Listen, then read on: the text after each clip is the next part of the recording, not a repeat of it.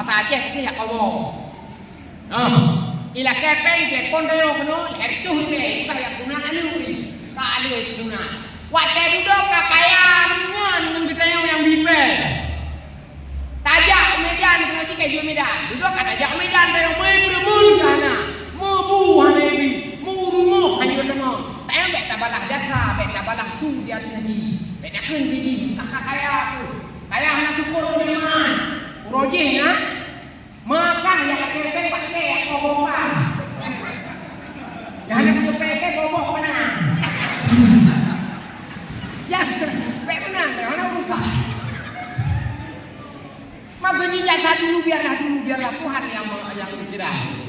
Nyuno cingkit, nyuk bersih kadung masalah di nikahan, anak senang ni karuah masalahnya ada lagi. Urinya, dia nikahan ada yang lakonya, kagak bekat keburukan lako lanjut. Lagi dah nebut dia mari.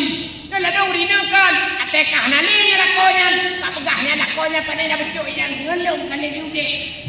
Ai kau dia punya lakau. Tinggal itu lang tu. Harta kisah kreat lah.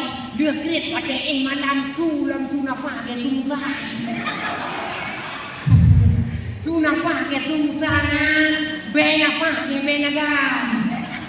Orang pada dia juga kahnya. Dekah nanti ngangkaya. Kapu bocor. Nanti lagi. Saya wadah magi nanti. Tekan kawin tengah nanti kawin kadang. Tutup air dia, jangan buka lagi. Jangan seolah-olah kita menjadi pahlawan bagi umat manusia yang lainnya. Tidak usah. Jadi nama, jadi panggung di dunia ini. Punya katuk hat roh jadi milik Tuhan. Katuk wadai roh jadi milik Tuhan. Jika nada roh jadi Allah. Yang penting ayo istiqamah. Dia kepu yang